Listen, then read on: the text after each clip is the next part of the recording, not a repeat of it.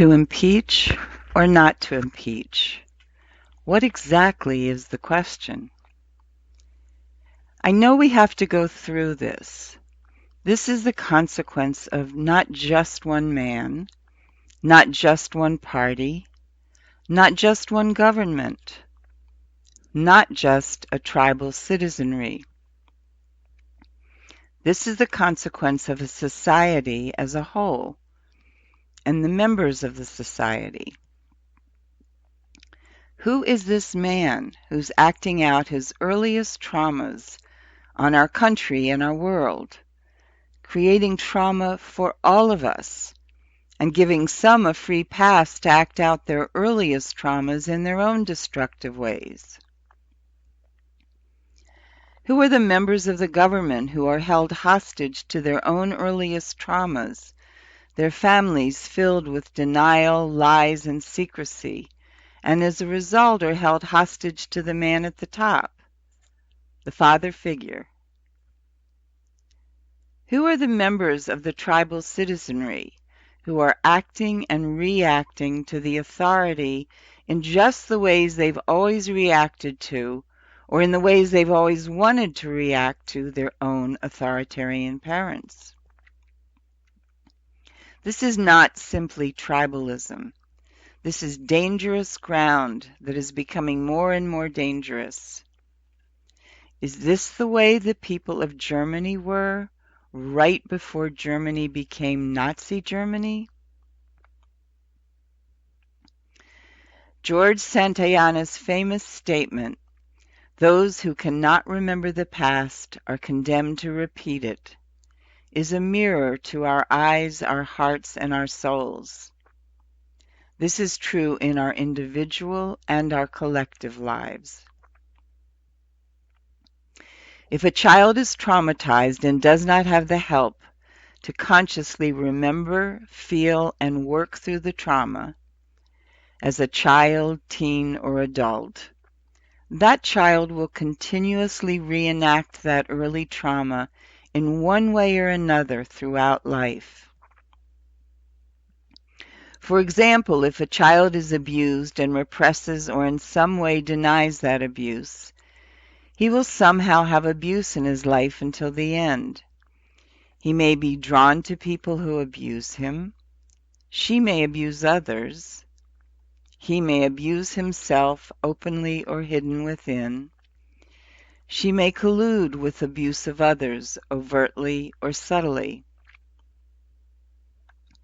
The same thing happening from one person's life to another's creates a society that continuously reenacts the earliest traumas of its people and the earliest traumas of the society as a whole.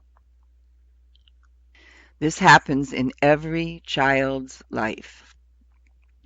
It happens in the life of every society. What's happening in the United States of America is just one current example. But it's right out in the open for all to see, or discount, ignore, or forget, as we choose. The history of impeachment related to presidents of the United States includes 4 reenactments.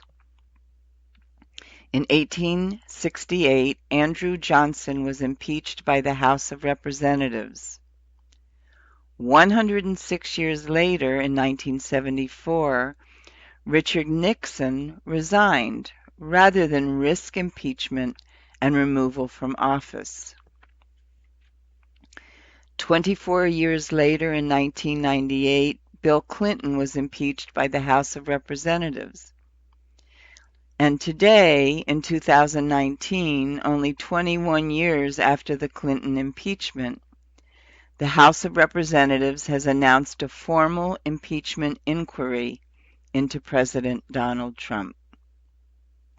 Just as with any reenactment, the instances get closer together in time and escalate in severity and impact.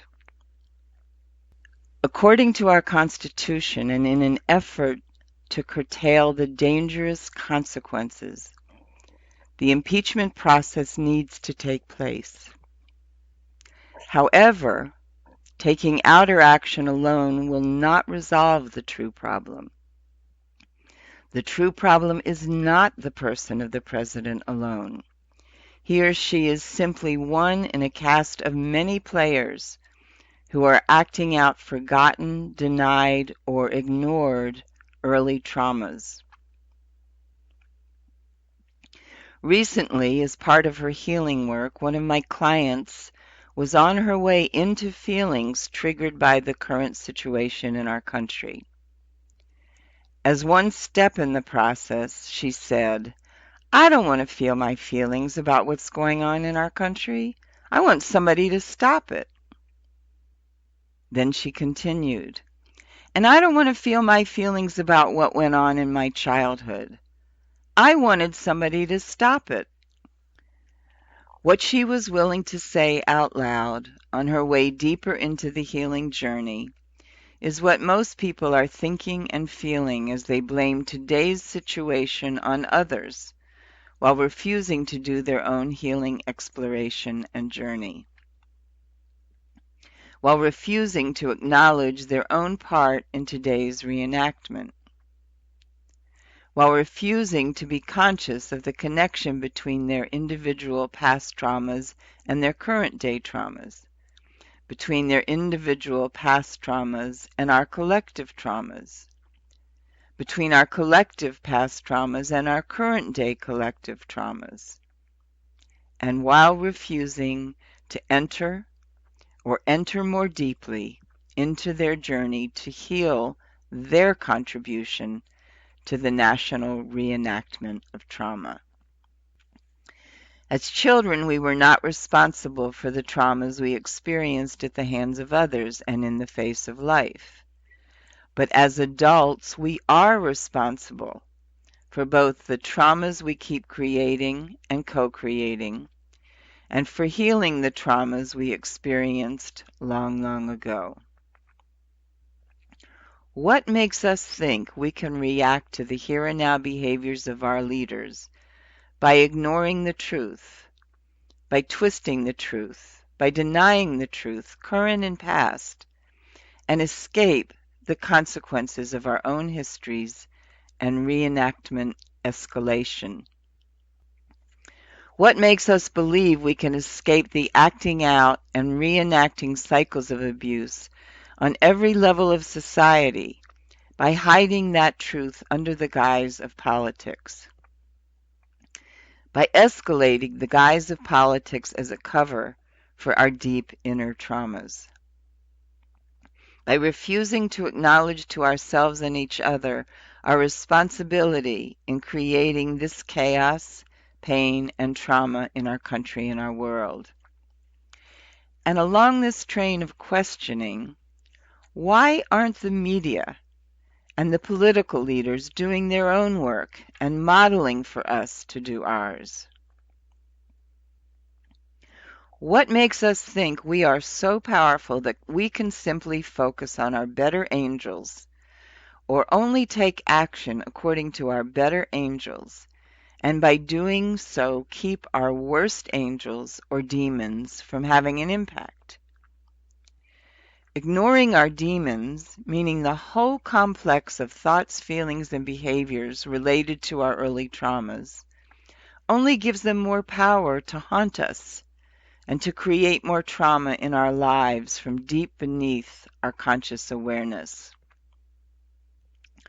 What makes us think we can simply pray away the painful impact we have from our past traumas, conscious and unconscious, without having to do the conscious, purposeful, real work of healing within ourselves? What makes us think we can let someone move our energy and all our trauma will simply disappear? What makes us think we can let someone move our energy and the consequences of our trauma will disappear without our having to become conscious of our trauma and its consequences, without our having to become conscious of the impact we have, without our having to work through that trauma consciously. What makes us think we can ignore what is going on deep within us and its impact on our lives, our country, and our world? Do we believe we are so special we can get away with it? Do we believe we are so entitled we can escape it? Have we created such impenetrable denial that we cannot pierce it yet? Are we being deluded, seduced, brainwashed by our family's beliefs, by mainstream society's beliefs, attitudes, and perceptions? Are we just plain so afraid to face ourselves, our traumas, our feelings, that we could give a damn about the consequences on our lives and those of others all over our country and world? Or are we just so afraid to face our own past traumas that we need to reach out for help for our sake and the sake of our world? These are the real questions. This is a mirror for us. This is a call for us. This is a summons of real truth to us to see, hear, feel, and take responsibility for our part of the problem and our part of the healing. This is an urgent appeal of true love to us to acknowledge our responsibility and repair our part. If we don't respond to the call, whatever the results of the impeachment inquiry and process, this chaos and trauma will continue and escalate in our lives and the life of our country and world. If we do respond to the call, whatever the results of the impeachment inquiry and process, we will help heal from the root what keeps recreating trauma in our lives and the life of our country and world. The real questions above are crucial questions for us to ask and answer. The real questions below are just as, if not even more important. What will you do? Will you say no to the call and be part of creating future trauma in order to avoid your own personal past trauma? Or will you say yes to the call and be part of healing your past trauma in order to help prevent your future trauma and our future communal trauma? One more thing before I sign off for now. Many thanks to those of you who are doing your inner healing work in these challenging times and as part of your way of life. I invite you to acknowledge this truth to others. If it helps you to do that, certainly pass this article along.